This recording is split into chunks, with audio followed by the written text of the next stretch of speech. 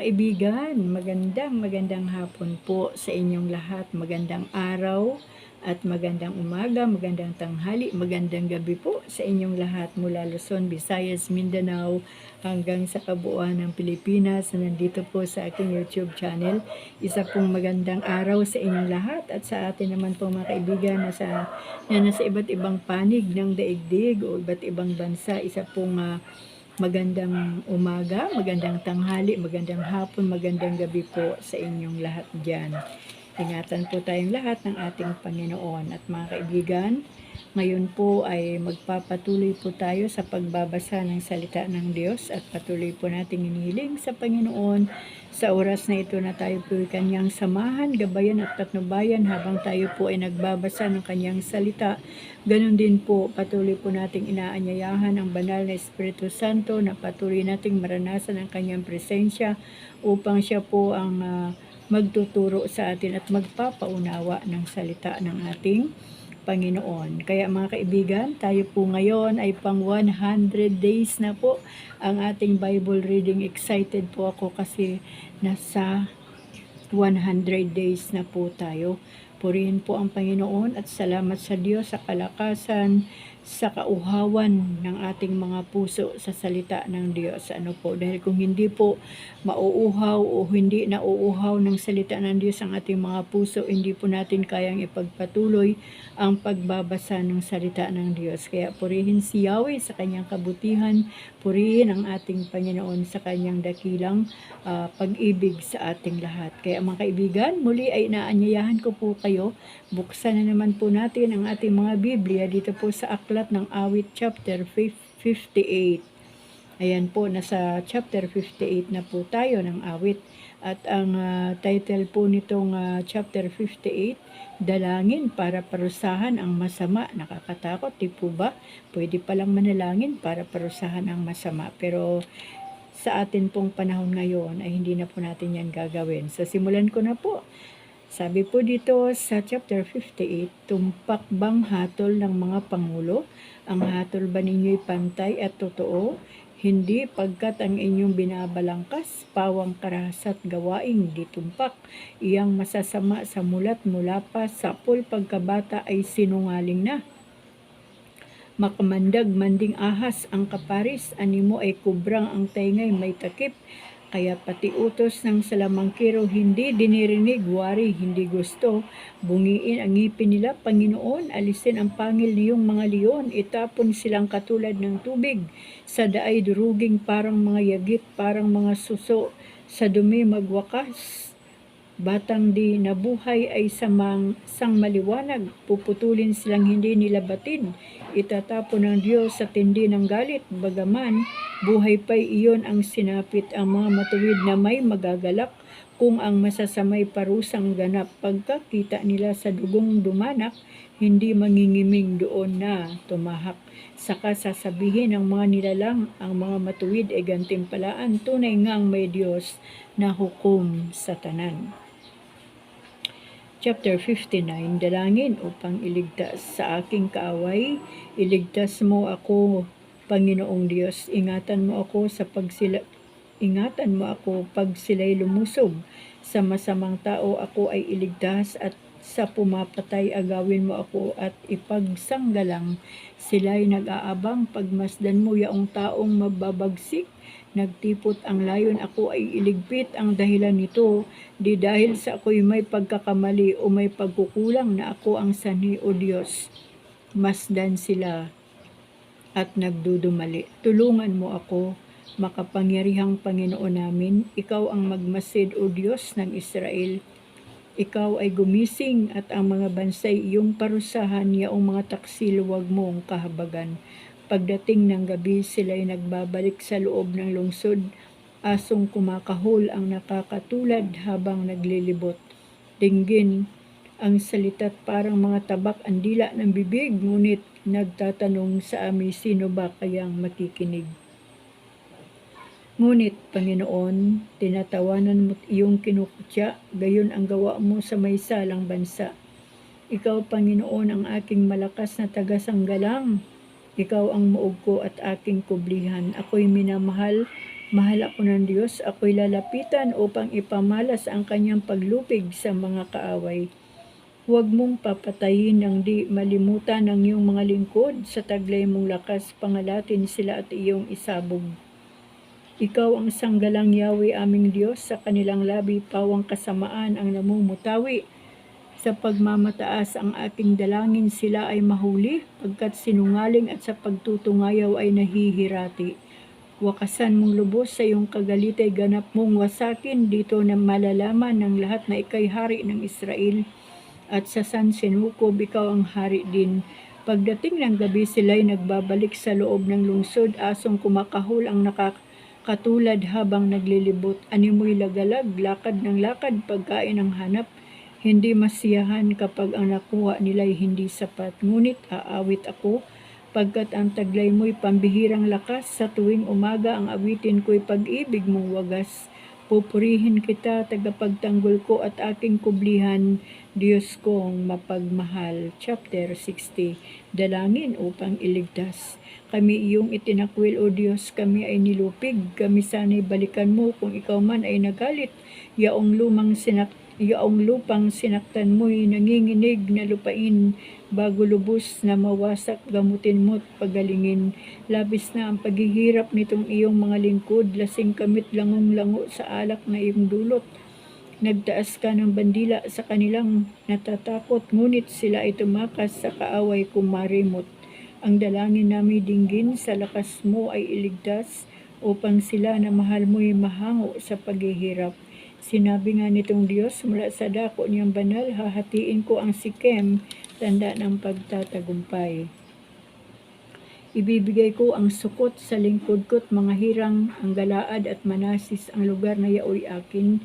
Ang baluting gagawin ko ay ang dako ng Ephraim, samantalang itong Juda ay sitrong dadakilain. Yaong bansa nitong Moab ay gagawin kong hugasan, samantalang itong Edom ay lupa kong tatapakan. Akala niyang Filistia, tiyak siyang magdiriwang, sapagkat ang iniisip ako'y pagtatagumpayan. Sa lungsod ng kinutaan, sinong kasama, Panginoon? Sino kayang magdadala sa akin sa lupang Edom? Itinakwil mo ba kami? Kami ba ay iniwan na?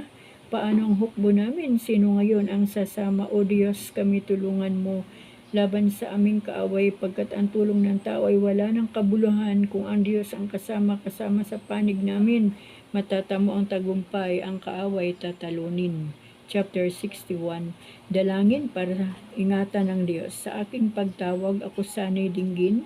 Dinggin mo, O Diyos, ang aking dalangin. Tumatawag ako dahilan sa lumbay, sapagkat malayo ako sa tahanan. Iligtas mo ako. Ako ay ingatan, yamang ikaw, O Diyos, ang aking sanggalang at tagapagtanggol laban sa kaaway. Tulutan mo ako na sa iyong tulda. Habang nabubuhay ay doon matitira. Sa lilim ng iyong bagwis na matatag, ingatan mo ako upang maligtas. Lahat kong pangako alam mo, O Diyos, at binigyan mo rin ang aba mong lingkod.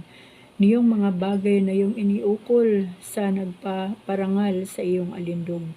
Ang buhay ng hari sana'y palawigin, bayaang ang buhay niya'y patagalin. Paghahari niya sa iyong harapan, sana'y magpatuloy habang nabubuhay. Kaya naman siya ay iyong lukuban ng iyong pag-ibig na walang kapantay. At kung magkagayon, kita'y aawitan, ako'y maghahandog sa iyo araw-araw.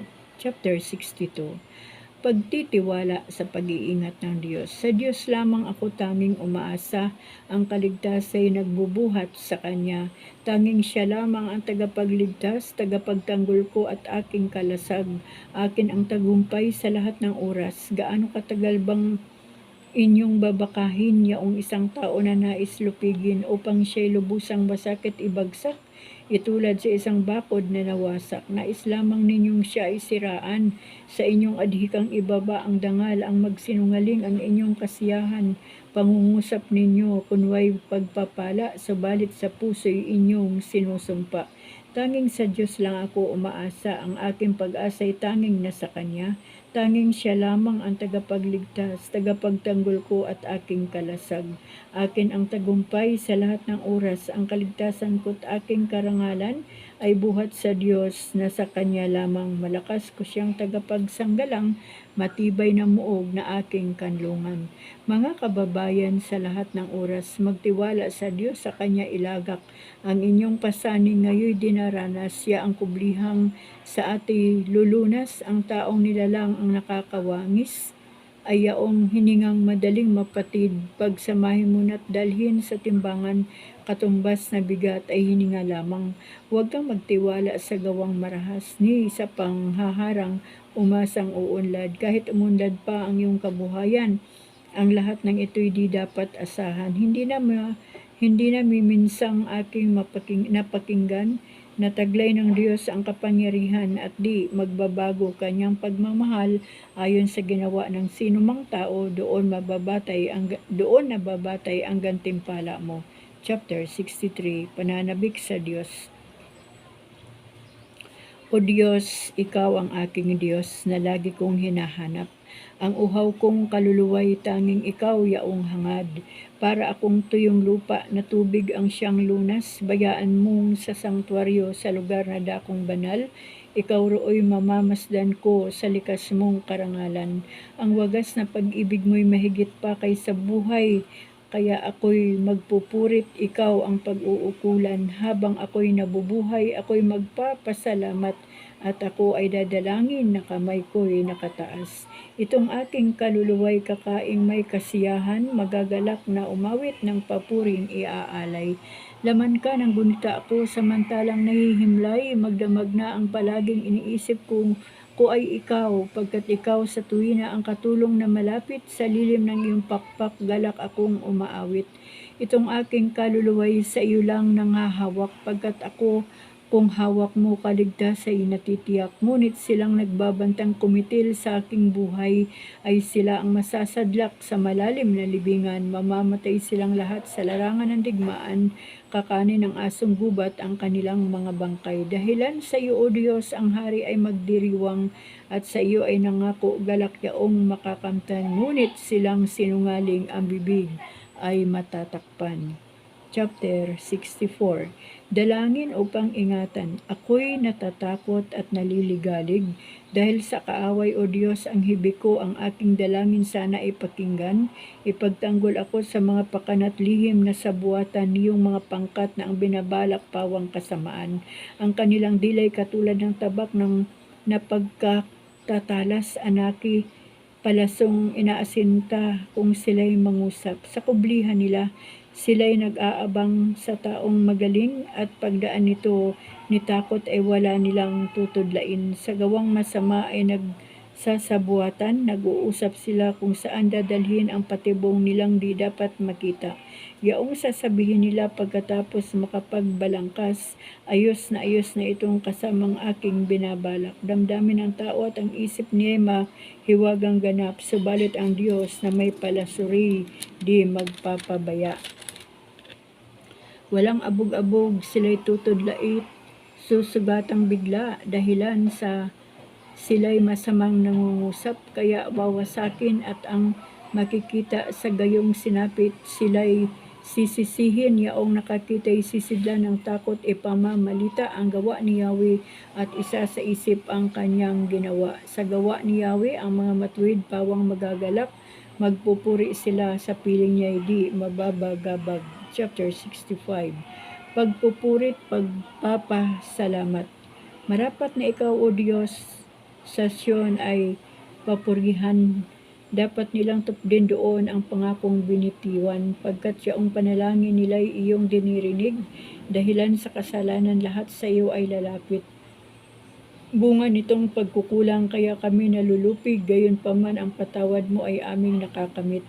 Silang mga hinirang mo upang sa templo manahan, silang mga pinili mo'y mapalad na tuturingan. Magagalak kaming lubos sa loob ng templong banal, dahilan sa dulot nitong pagpapala sa nilalang.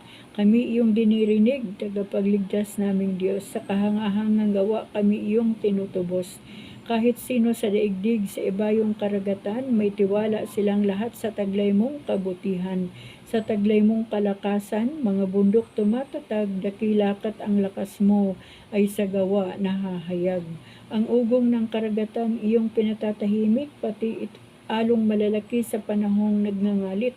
Maging mga kaguluhan niyong mga taong galit dahilan sa ginawa mong mga bagay na dakila, natatakot ang daigdig at ang buong sangnilikha. Bunga nitong ginawa mo sa galak ay sumisigaw, buong mundo kahit sa ang sulok nitong daigdigan. Umuulan sa lupain, ganito mo kinalinga, umuunlad ang lupait, tumataba yaong lupa. Patuloy na umaagos ang bigay mong mga batis sa halamang nasa lupa ay di ito ang dumidilig. Ganito ang ginawa mo na hindi mo ikinait sa binunungkal na bukirin. Ang ulan ay masagana, ang bukirin ay matubig at palaging basang-basa. Sa banayad na pag-ulan ay lumambot siyang lupa, kaya naman pati tanim ay malago at sariwa. Nag-aani ng marami sa tulong mong ginagawa at saan man magpunta kay masaganang masagana. Ang pastulay punong-puno ng matabang mga kawan. Nagahari iyaong galak sa lahat ng kaburulan. Gumagala iyaong tupa sa gitna ng kaparangan at hitik na hitik man din ang trigo sa kapatagan. Ang lahat ay umaawit, sa galak ay sumisigaw. Chapter 66. Awit sa pagpupuri at pasasalamat. Sumisigaw sa galak ang mga nilalang at purihin ang Diyos na may kagalakan. Wagas na pagpuri sa Kanya'y ibigay. Ito ang sabihin sa Diyos na dakila, ang mga gawa mo ay kahanga-hanga. Yuyuko sa takot ang mga kaaway dahilan sa taglay mong kapangyarihan. Ang lahat sa lupa'y ika'y sinasamba. Awit ng papuri iyaong kinakanta. Ang iyong pangalay pinupuri nila. Ang ginawa ng Diyos lapit at pagmasdan. Ang kahangahangang ginawa sa tanan, naging tuyong lupa kahit siyang tubig, at ang nuno natin ay doon tumawid. Kaya naman tayo'y nagalak ng labis, siya'y naghaharing may kapangyarihan, at sa mga bansay wapawang nagmamanman. Huwag nang magtatangkang sinumay lumaban, ang lahat ng bansay magpuri sa Diyos. Inyong iparinig, papuring malugod, iningatan niya tayong pawang buhay, di tayo bumagsak, di niya binayaan. O Diyos, sinubok mo ang iyong mga hinirang, sinubok mo kami upang dumalisay, at tulad ng pilak kami idinarang, iyong binayaang mahulog sa bitag, at pinagdala mo kami ng mabigat sa mga kaaway ipinaubaya, sinubok mo kami sa apoy at baha, bago mo dinala sa dakong payapa. Ako'y maghahandog sa banal mong templo ng aking pangako na handog sa iyo, pati pangako ko ng may suliranin ay ibibigay ko sa iyo. Dadalhin ako'y maghahandog sa tabernakulo, tupang susunugay maghahandog ako. Kambing na sinunog at handog na toro ay hahalimuyak ang taglay na bango. Lapit at makinig ang nagpaparangal sa Diyos, at sa inyo'y aking isasaysay ang kanyang ginawang mga kabutihan nung ako'y balisa. Ako ay dumaing sa Diyos na dapat purihin. Handa kong purihin ang mga awitin.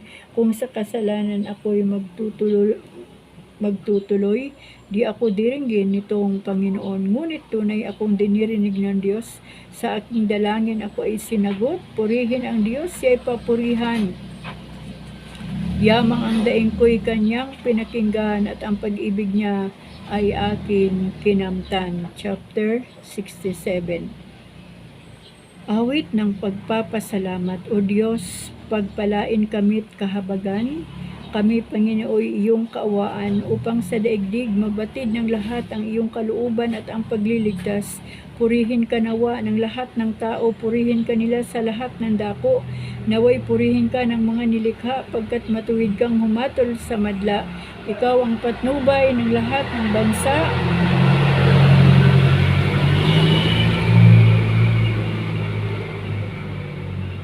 Purihin ka nawa ng lahat ng tao, purihin kanila sa lahat ng dako.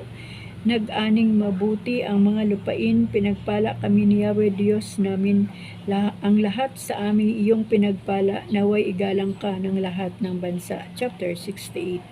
Pambansang awit ng pagtatagumpay. O mag-alsa sana ang Diyos. Ang kaaway pakalatin, at ang mga namumuhay tumakas sa kanyang piling. kung paanong yaong ulap tinatangay noong hangin, gayon sila itataboy, gayon sila papalisin. At kung paanong yaong pagkit sa apoy ay natutunaw, sa harap ng Panginoon ang masama ay papanaw. Ngunit pawang magagalak, matutuwa ang matuwid, sa harapan nitong Diyos, galak nila'y di malirit. Awitan ang Panginoon, purihin ang kanyang ngalan, maghanda ng isang landas upang kanyang maraanan. Ang pangalan niyang si Yahweh, magalak na papurihan. Ang Diyos na naroroon sa tahanan niyang templo, tumitingin sa ulilat sanggalang ng mga balo. May tahanan siyang laan sa sinumang nalulungkot, ang bilanggo'y hinahango upang sila ay malugod, samantalang ang tirahan ng suwail ay malungkot. Diyos ng ang iyong mga lingkod, samahan sa paglalakbay, sa pagbagta sa malawak na lupaing mga ilang. Ang lupa ay nayayanig, bumubuhos pati ulan. Ganito ang nangyayari kapag ika'y dumaratal. Maging bundok na iyong Sinai, nayanig din sa pagdating nang dumating na si Yahweh, itong Diyos ng Israel. Dahil sa iyo yaong ulang masagana ay pumatak, lupain mong natuyo nay nanariwa at umunlad, at doon mo pinatira yaong iyong mga lingkod. Ang mahirap nilang buhay sa biyaya ay pinuspos. May utos na pinalabas na, si Yahweh ang nagbigay, ang nagdala ng balita ay babaeng karamihan. Ang balitang sinasabi tumatakas sa labanan, mga harit hukbo nila dahilan sa katakutan. Kaya mga babae na ang nagparti niyong samsam, para silang kalapati nararamtan noong pilak. Parang gintong kumikinang pagumalaw yaong pakpak. Bakit mayroon sa kanlungan ng tupa na pasadlak? Mga haring nagsitakas, pagsapit ng bundok Salmon, ang yelo ang pinapatak ni Yahweh sa dakong iyon. O kay laki niyong bundok, yaong bundok nitong Basan. Ito'y bundok na kay raming taluktok na tinataglay sa taluktok ng mataas. Bakit inuuyam? Wari yaong bundok na maliit na, ang Diyos ang pumili, doon siya mananahan upang doon mamalagi. Ang kasamay libu-libong matitibay na sasakyan galing Sinai, si Yahweh darating sa dakong banal at sa dakong matataas, doon siya nagpupunta, umaahon siya roon, mga bihag ang kasama, kaloob mang nagbubuhat sa tauhang nag-aalsa, tinatanggap nitong Diyos na doon na tumira. Purihin ang Panginoon, ang Diyos nating nagliligtas, at may dala araw-araw ng pasanin nating hawak. Ang ating Diyos ay isang Diyos na ang gawa ay magligtas. Si Yahweh ang Panginoon, Panginoon nating lahat. Sa bingit ng kamatay, hinahango tayo agad. Mga ulo ng kaaway ay babasagin ng Diyos kapag sila ay nagpilit sa kanilang gawing buktot. Si Yahweh ang nagsalita, ibabalik ko sa iyo, kaaway na nasa Basan, hahanguin ko sila sa gitna ng karagatan, upang kayo magtampisaw sa dugo na bubuhos, sa dugo nilang yaon pati asoy maghihimod.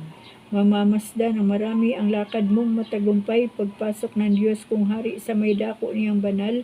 Sa unahay umaawit, tumutugtog, sa hulihan sa gitna ay tumutugtog ang babaeng karamihan. Ang Diyos ay papurihan kung magtipong sama-sama. Buong lahi ng Israel, papurihan ninyo siya. Yaong lahi ni Benjamin, maliit may nangunguna, kasunod ay mga puno at pulutong nitong Juda. Mga puno ng Zabulon at Neftali, kasunod na. Sana'y iyong ipadama ang taglay mong kalakasan, ang lakas na ginamit mo noong kami isang galang. Magmula sa Jerusalem sa iyong tahanang templo, na pati ang mga hari do'y naghahandog sa iyo. Pagwikaan mo ang hayop, ang mailap na Ehipto, wikaan ang mga bansang parang turong may bisiro, hanggang sila ay sumuko, maghandog ng pilak sa iyo. Ang lahat ng maibigin sa digma ay ikalat mo. Mula roon sa Ehipto, mga sugo ay darating, ang Ethiopia ay daopalad na sa Diyos dadalangin. Umawit sa Panginoon ang lahat ng kaharian, awitin ang pagpupurit, si Yahweh ay papurihan. Purihin ang naglalakbay sa matandang kalangitan, mula rooy naririnig ang malakas niyang sigaw, ipahayag ng balana ang taglay na kalakasan. Siya'y hari ng Israel, maghahari siyang tunay. Yang taglay niyang lakas ay buhat sa kalangitan, kahanga-hanga ang Diyos sa sangtuaryo niyang banal. Siya ang Diyos ng Israel na sa Panay nagbibigay ng kapangyarihan at lakas sa kanilang kailangan. Ang Diyos ay papurihan. Chapter 69. Panawagan upang tulungan. O Diyos, iligtas mo, iahon sa tubig sa pagkalubog kong abot na sa liig. Lumulubog ako sa burak at putik at sa malalaking along ng nangalit. Ako ay malat na sa aking pagtawag, ang lalamunan ko, damdam ko'y may sugat. Pati ang mata ko'y di na maidilat sa paghihintay ko sa iyong paglingap. Ang nangamuhi ng walang dahilan, hindi na marami sa buhok kong taglay. Daming sinungaling na nagpaparatang ang hangad sa akin, ako ay mapatay. Ang pag-aari kong di naman ninakaw, nais nilang kunit, dapat daw ibigay. Batid mo o Diyos, naging baliw ako. Ako'y nagkasala, dilingid sa iyo. Huwag mo pong tulutan na dahil sa akin ang nagtitiwala sa iyo'y hiyain. Makapangyarihang Diyos ng Israel, huwag mo ring itulot, bigyang kahiyan ang nagsisisamba sa iyong pangalan. Dahilan sa iyo ako'y naglahi, napahiyang lubos sa pagkaunsyami sa mga kapatid, parang ako'y iba, kasambahay ko na di ako kilala. Ang pagmamahal ko sa banal mong templo, matinding matindi sa kalooban ko. Sa akin bumagsak paghamak sa iyo, nagpakumbaba akong nag-ayuno at ako'y hinamak na maraming tao. Ang suot kong damit na aking panluksa ay pinagtawana at hinamak ng lubha. Sa mga lansangay ako ang usapan, ang awit ng lasing sa aking pag-uyam. At sa ganang akin ako'y dadalangin sa iyo, O Yahweh, sana iyong dinggin sa mga panahon ay iyong ibigin, dahil sa dakilang pag-ibig sa akin, ang iyong pangakong pagtubos ay sundin. Iligtas mo ako. Ako ay sagipin sa putik na ito'y tubig na malalim. Sa mga kaaway ako'y iligtas din. Huwag mong tulutang ako ay maanod, dalhin sa malalim at baka malunod. Hahantong sa libing ako pagkatapos. Yahweh, sa buti mo't pag-ibig sa akin, sa aking pagtawag ako sana'y dinggin. Sa pagkahabag mo ako ay lingapin, ang iyong alipi huwag mong pagkublihan. Ibsan mo na ako sa bigat ng pasan. Iligtas mo ako ay lapitan. Sagapin mo ako sa mga kaaway. Kinukutya ako, iya'y iyong alam. Sinisira ang purit, nilalapastangan. Dilingid sa iyo lahat kong kaaway. Puso ko'y durog na dahilan sa kutya, kaya naman ako'y wala nang magawa. Ang inasahan kong habag ay nawala, ni walang umaliw sa buhay kong aba. Sa halip na pagkain ng ako'y magutom, ang dulot sa aking mabagsik na lason, suka at di tubig ang ipinainom. O bumagsak sana sila at masira, habang nagdiriwang sila't naghahanda. Bulagin mo sila't nang di makakita, papanghinain mo ang katawan nila, ibuhos ang iyong galit sa kanila, bayaan mong ito'y kanilang madama, mga kampo nila sana ay iwanan at walang matira na isa mang buhay. Ang mga nagtamo ng iyong parusa ay inaaglahit, inuusig nila, pinag-uusapan nila sa tuwina. Ang sinugatan mong hirap ang nadama, itala mong lahat ang kanilang sala. Sa mga liligtas, huwag silang isama. Sa aklat ng buhay, burahin ang ngalan at huwag mong isama sa iyong talaan. Naghihirap ako't mahapdi ang sugat. O Diyos, itayo mo ako ay iligtas. Pupurihin ang Diyos aking aawitan, dadakilain ko't pasasalamatan. Sa ganitong diwa, ika'y nalulugod, higit pa sa haing turong ihahandog. Higit pa sa bakang ipagkakaloob, kung makita ito niyong mga dukha, sila ay sasamba sa laki ng tuwa. Dinirinig ng Diyos ang may kailangan, lingkod na bilanggo'y di nalilimutan. Ang Diyos ay purihin ng langit at lupa, maging karagat at naroong nilikha. Ang lungsod ng Sion kanyang ililigtas, bayang na sa Juda'y muling itatatag. Doon mananahan ang mga hinirang, ang lupain do'y sa aariing tunay. Magmamana nito'y yaong lahi nila, may pag-ibig sa Diyos, ang dooy titira. Ayan po mga kaibigan, hanggang dito po tayo sa chapter 69. Ayan po, nagsimula po tayo sa chapter 58 at ngayon po ay nasa chapter 69 po tayo. Alam niyo po, habang binabasa ko po ang chapter 58 to chapter 69 ay iba-iba pong uri ng pananalangin, mga panalangin ng mga Israelita at ng hari. Alam niyo po, talagang pati ang mga kaaway ay talagang pinapanalangin nila na isumpa ng Panginoon at andoon din ang panalangin ng pagpapakumbaba, pag-amin ng kanilang kasalanan. Halo-halo po yung uri ng panalangin dito po sa Aklat ng Awit. Ano po, at kahit man po sa atin, alam niyo po, dati may mga pagkakataon din sa buhay ko na ako po ay nagsasabi sa mga malalapit na kaibigan o kamag-anak ng aking problema ng mga nagdaang mga panahon. Ngunit nung natutunan ko po ang tamang panalangin, kapag ako po ay nalulungkot, kapag ako po ay may sakit, kapag kami po ay nangangailangan, kapag kami po ay nawalan ng pera, kapag kami po ay naaapi, kapag kami po ay kinukutya, hinuhusgahan, wala po akong ibang nilalapitan kundi ang ating Panginoong Diyos.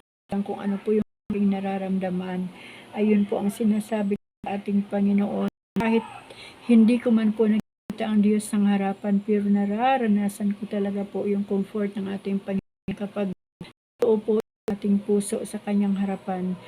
Bago man po tayo manalangin, kailangan po talaga ay humingi po tayo ng kapatawaran sa Diyos upang